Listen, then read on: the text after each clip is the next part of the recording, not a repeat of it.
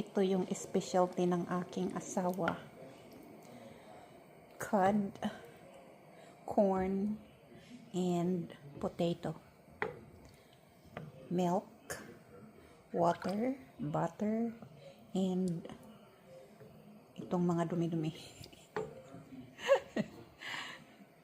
Yan. Ewan ko ba kung bakit niya tinurn off ito. Hindi pa naman malagkit. Dapat ito kasi sticky. Hay nako. Hindi talaga marunong magluto. Kailangan ako pa rin. Ang yabang ko naman. Hindi nga mga kaibigan kasi sabi ng aking doktor ay pwede na daw akong bumalik sa trabaho. Paano ako makakabalik sa trabaho? Pagtayo pa nga lang ay hindi ko kaya. Yung aking asawa pa yung hihila sa akin. Pero nakakapunta na ako ng mga grocery store. Tapos nakawak lang ako sa aking asawa na para ba akong bagong panganak.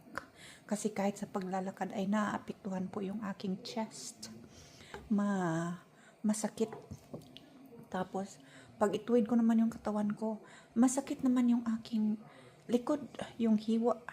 Pastilan, kung basta kay murag matigulang yung kaani nga naka-question mark ng ako ang body. Oh my gosh.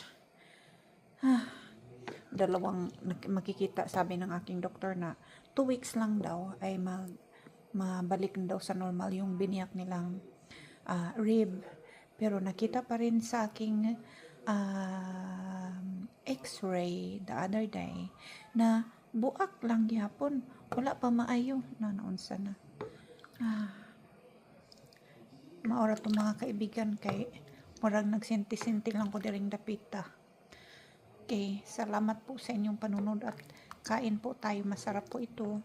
Ang laki po ng nadurog yata yung isda sa kakahalo ko. Hindi pala ito dapat halu-haluin.